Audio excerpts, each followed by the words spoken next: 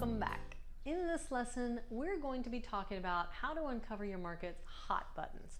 One of the things that we're going to do is get a deep understanding of the two types of problems your customer has. The first is the external problem. Now, this is typically what most people sell to, meaning somebody has a need and they sell to them the solution. Now, an example of an external problem would be, I need to lose 20 pounds, or I need to learn how to run a 5K, or I need to learn how to paint a picture, or I need to learn how to train my dog, or something like that. Whether it's an external problem. In the case of a real estate agent, the external problem is that they don't have enough business. They don't know how to do videos. They don't have the marketing materials. They don't know how to prospect. They don't know how technology. With your clients, their external problem is that they can't buy a home.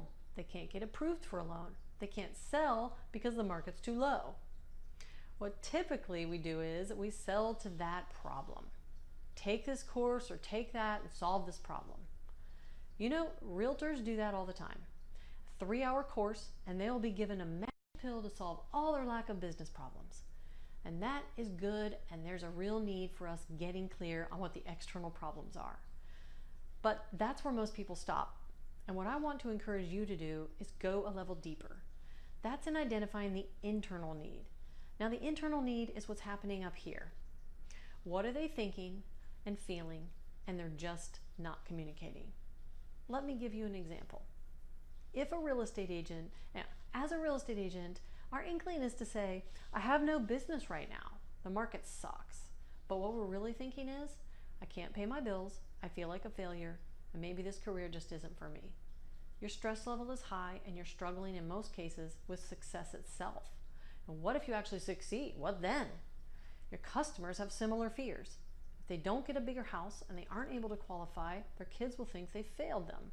I have a client who has 4 kids living in a 2-bedroom home, and their main motivation for moving is to allow their children to spread out and be able to get bed frames, not sleep on the mattress on the floor. They need to be able to afford a home that will make them feel like good parents, where their kids will be able to live comfortably. These are real struggles. What do you think the real struggles are of a couple who's moving from the first time into a 55 and older community? There are all kinds of fears and doubts and anxieties your customers have about the decision to buy and sell. Here's the secret to this. If you can identify the internal thoughts and you can communicate them clearly, you will build a connection like nothing you have ever seen.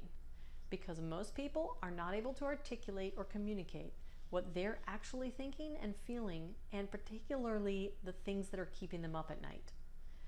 Now, when I do this kind of research, I dig into blog comments, I look at forum posts, I look inside the Facebook groups, and I'm looking for language that indicates that types of things that are keeping people up at night. I'm also looking behind what they're really saying.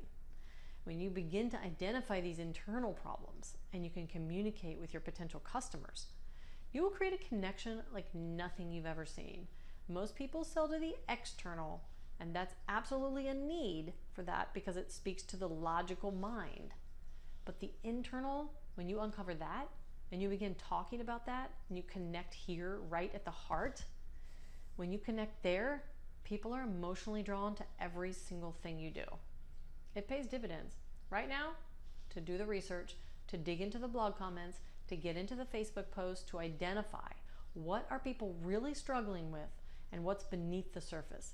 One of the things that I do is I start with an external problem, like a big juicy external problem that you know right now your market is facing. And then I ask this question: so what? So what? What does that really mean for the person?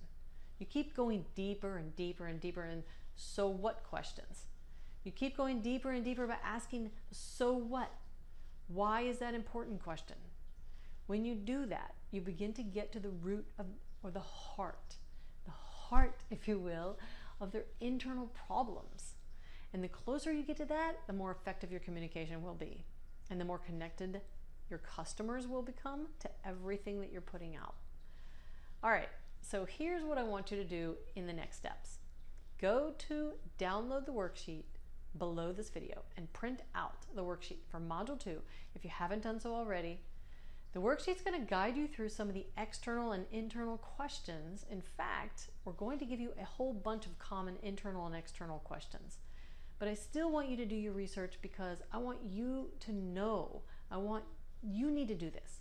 I want you to identify how your market communicates these different problems that they're experiencing. The more you use the words and their language, the more connection you will create. I'll see you in the next lesson.